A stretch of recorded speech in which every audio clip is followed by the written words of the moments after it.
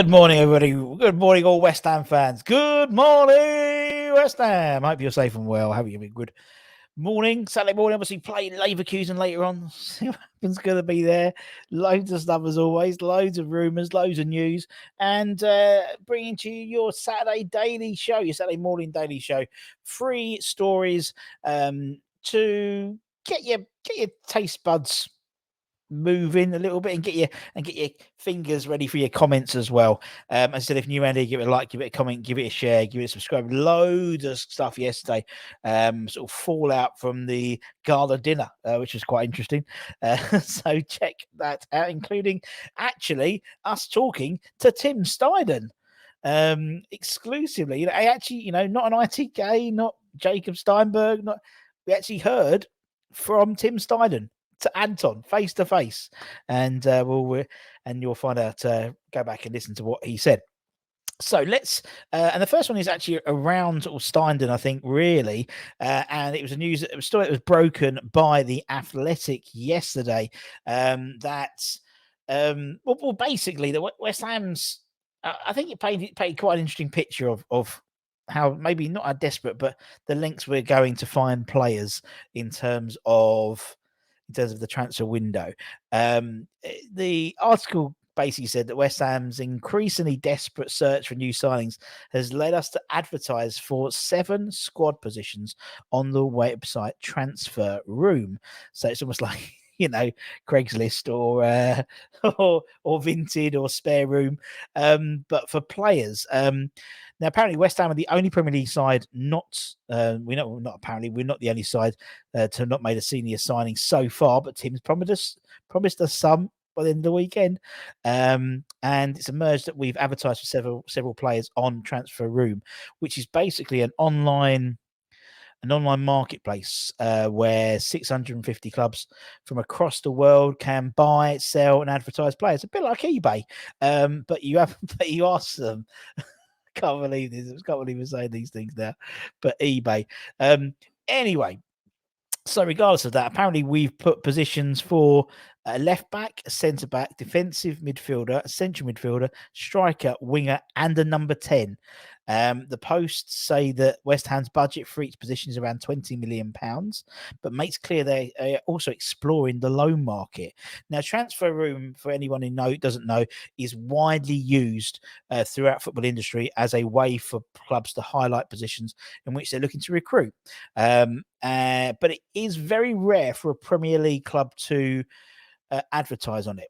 So you could see that as a negative, fact that why do we have to advertise, or you see it as a positive in that Tim Steidten's looking at different avenues, because this would basically be a Steidten initiative. This would not be a Moyes. And maybe because Steiner's coming from the Bundesliga where they regularly use Transfer Room, he's like, we should be using this, and actually we could get some good players because no one else is using it. So actually, although there's a bit of, can't we have it's like eBay for players, actually it's not. It could be quite innovative, us using this potentially as well. So, me, I always try and find both sides of the argument. Apparently, West Ham declined to comment when they were approached by the Athletic. We know, obviously, we played by Leverkusen today, Tim Steiner's old club, and we've got something, relatively daunting fixture list coming starting next week, away to Bournemouth, and then Chelsea at home. For me, we need signings, and I think any avenue shouldn't be poo-pooed at all. We never know what we're going to get, and it might open up some avenues where we haven't even thought about some of these players. And clubs have approached us, and as I said, looking at the loan market as well, we're open to all possibilities. We're not closing the door or anything. So yes, it sounds a bit embarrassing, but actually, when you think of it. For me, I'm thinking, actually, do you know what? Worth a punt. Worth a punt, isn't it? Fuck, we need something worth a punt. But it is quite funny how we're sort of turning to eBay. It's just funny. You can see Canning Town Len doing a little video about that, can't you? Len, you got to do it. You got to do a little cartoon about that. I know it takes you a while. They're very time consuming when you're not doing your painting as well.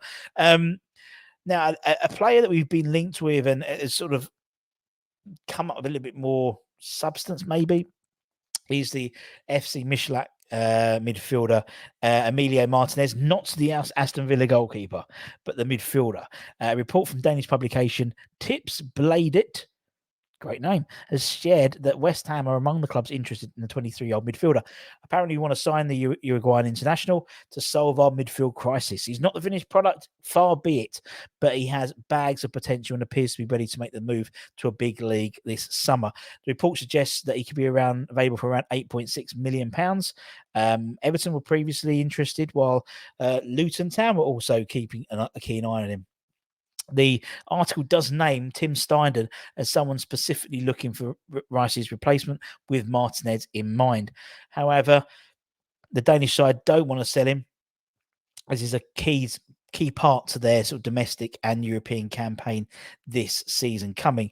Obviously, no relation to the Aston Villa goalkeeper, as I said. He was initially signed on loan from Red Bull Bragantino in Brazil last summer, and he made such an impression from his loan spell that loan was very quickly converted to a permanent loan to get him 6 months later on, which is quite impressive. He's got plenty of potential. A move to West Ham may be too quick in his career, but he's 23 now, so he needs to make that step up, arguably. I think he'd be a good signing. I think you'd need, obviously, other midfielders to come in. I think if the pressure is he's going to be our Declan Rice replacement, he is not, but he's got bags of potential. Some may say, well, so is Flynn Downs, and he does. But it's another name to add to that list. Although he's already on the 135 list already. Because we spoke about it already earlier on in the transfer window. Could Vlasic's West Ham hell be over soon? Apparently, Torino reportedly closing in on the deal with West Ham for Nikola Vlasic. He scored 5 goals and 8 assists in 37 appearances in Serie A and Coppa Italia last season for Torino. He has repeatedly stated he wants to stay at Granata and stay with Torino. He doesn't want to come back to West Ham. He took to, I don't know, it was I think it was an interview he did last week where he was fed up and he wanted to move and all this type of thing. He doesn't want to come back to West Ham.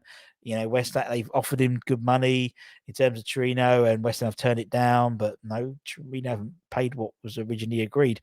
And so, he said that the 13 million euro asking price was excessive. We paid like 28 million pounds for him, so hardly excessive. According to Tutto Sport, the Serie A side have increased offer from 9 million pounds, to 9 million pounds, and are getting close to an agreement. The Hammers reducing their demands to around 12 million euros plus bonuses, and the newspaper article maintains a deal could be achieved for around 10 million plus various add-ons and performance-related bonuses. If anything happens, any breaking news, we will bring it to you as soon as humanly possible. But until next time, hopefully you have a nice breakfast in the UK, or very early in the US, or the evening time over in Australia. But obviously we'll have Bayer Leverkusen. I think it's on the West Ham YouTube channel. Hopefully they've taken out the mid-rolls, so so the Barmer's not one-on-one and it stops, and then we get like a Manscaped advert drops in. That was so annoying, wasn't it?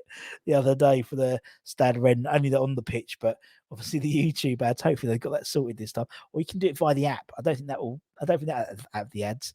And until next time, take care, stay safe, stay warm, stay humble. Give it a like, give it a comment, give it a share, give one of those bloody good subscribes. Thank you very much, my friends, and we'll see you guys very, very soon. Take care.